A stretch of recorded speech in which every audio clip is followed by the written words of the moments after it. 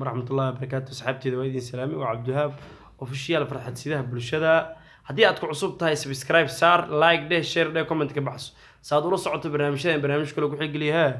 kambalelka furo galabta waxaan rabaa inaan idinkaga sheekeeyo taariikh yar na dhaxmartay aniga gabar sheelay hadda ka hor baa gabar dadxio sheekada dhageyso way ku anfacaya dhageyso hadda ka hor waxaan jeclaaday gabar sheelay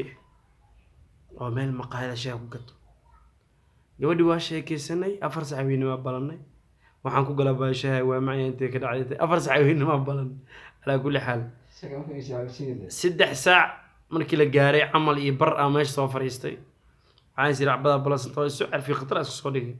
waxay rigid baa fadhiyaa markii 4 saac waxay daqiiqadooyin ay ka dhimantaa mid ah waxay kaalo leeyahay aba shaah ii keeno leeyano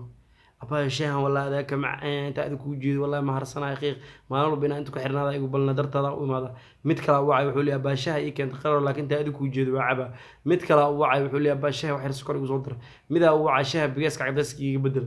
مذا وعي وحولي شيء بيجاسك نوعا ما بيجاسك اللي كان أنا جياب أفرد سعواد في سمتنا لسيمرو وفير شيء تيمكن وسيد ما أنا بلنت يوم كنت أنا وفيرنا وحن سمعك سلاح مر بقف موجود ولا إيمانه marka dambe waxa dhacintaan fikri oo fiirsho waxana qey waa baxay oday waardi tooshla meelaha tooshla waardiyaasha habeenkii wariga ay wardi bulaabanayo xabsana jaxrud indha ka saar ayadii gabdho badan meel joogan u tagay waxaan iri jacayl biibtiyaal boqol nin ka dhaxee marba nin baalka gala barbar kama qaadan kare baawur aan ka raaco